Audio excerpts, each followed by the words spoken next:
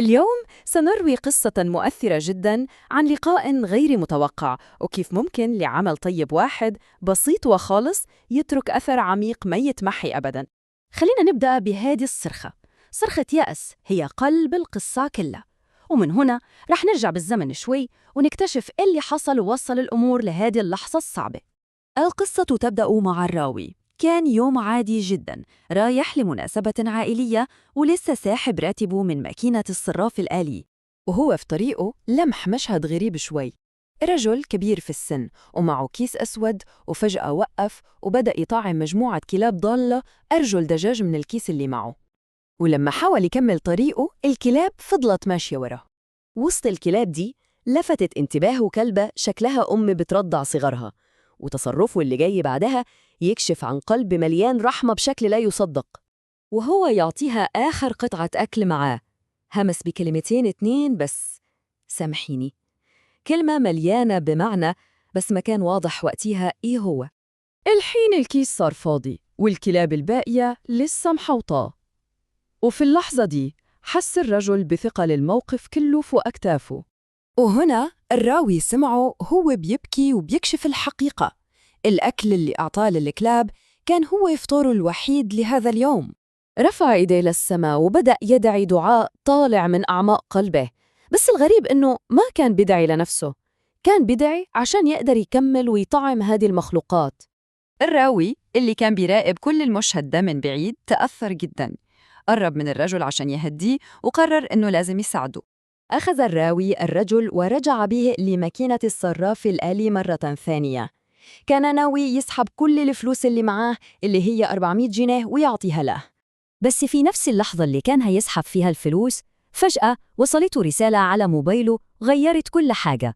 الرسالة كانت من البنك، إشعار بتحويل مبلغ 30,000 جنيه مصري، مبلغ ضخم جدا وما كان متوقعه أبدا. طيب من وين جت الفلوس دي؟ طلع إن المرسل صديق قديم كان بيسدد دين صغير قيمته 2000 جنيه، دين مر عليه 5 سنين والراوي كان نسيه تماماً. الراوي كان في حالة ذهول، على طول سحب 5000 جنيه وحطهم في إيد الرجل. الرجل كان مصدوم ومش مستوعب، بس الراوي أصر وقال له: الفلوس دي مش مني، ده رزقك أنت، ربنا بعته ليك استجابة مباشرة لدعائك. بعد كل اللي حصل الراوي نفسه حس بالجوع، فأصر إنهم يفطروا سوا. الرجل فرح جداً وعزموا على بيته المتواضع. راحوا لبيته اللي كان مجرد غرفة واحدة بسيطة، وعشان يحافظ على فلوس الرجل الجديدة الراوي اقترح إنهم يطبخوا الأكل البسيط اللي الرجل بيحبه، نفس أرجل الدجاج. الراوي بيوصف الوجبة دي بيقول إنها كانت ألذ أكلها في حياته كلها، وحس بالشبع والرضا كأنه معجزة. لكن القصة ما انتهتش عند الوجبة دي، بالعكس دي كانت بداية صداقة عميقة جداً وذات معنى كبير.